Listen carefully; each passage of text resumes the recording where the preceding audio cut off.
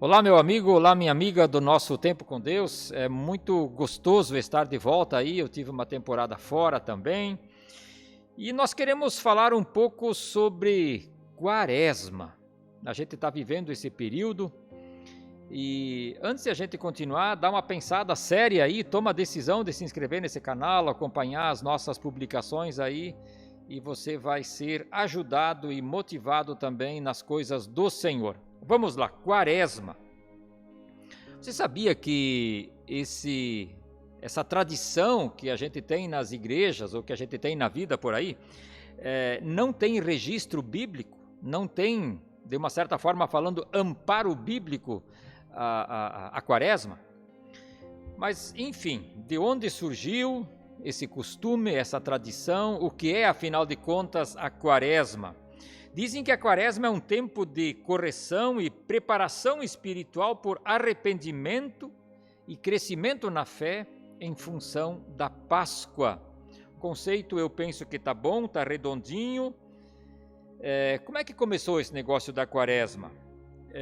Conta-se que no primeiro século, lá não muito depois dos dias de Jesus Cristo, ele se limitava esse tempo a 40 horas, e hoje a gente sabe que é 40 dias. E depois de alguns anos, no terceiro século, essas 40 horas foram ampliadas para 6 dias. Portanto, uma semana antes da Páscoa, então já se vivia esse tempo de abstinência de certos alimentos. Era um tempo onde as pessoas não casavam. Era um tempo também onde as pessoas viviam uma espécie de tristeza antecipada, já considerando a questão da paixão. Tempos depois, esses 6 dias foram ampliados para 36, e a justificativa de 36 seria a 10ª parte do ano. Então, 360 dias, 36, então seria o dízimo do ano era o tempo de Quaresma.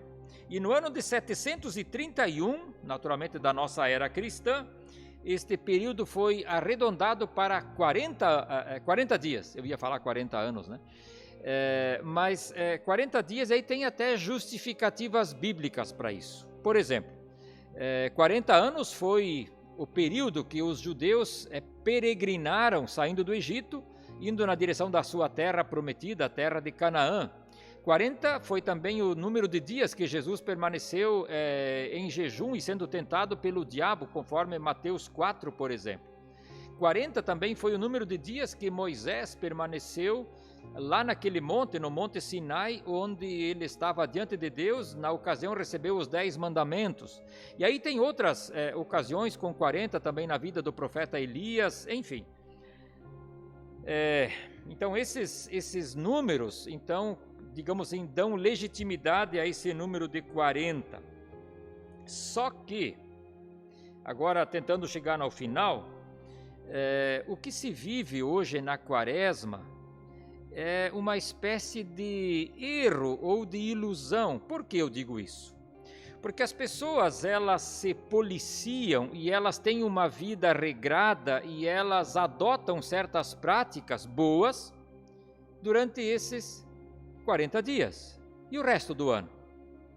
Ou seja, durante 40 dias a pessoa toma uma espécie de decisão de ser piedosa, ela diminui o seu ritmo de uma vida meia maluca, meia louca às vezes. A pessoa deixa de fazer algumas coisas que ela tem, no fundo, ela tem convicção de que aquilo não deveria ser feito.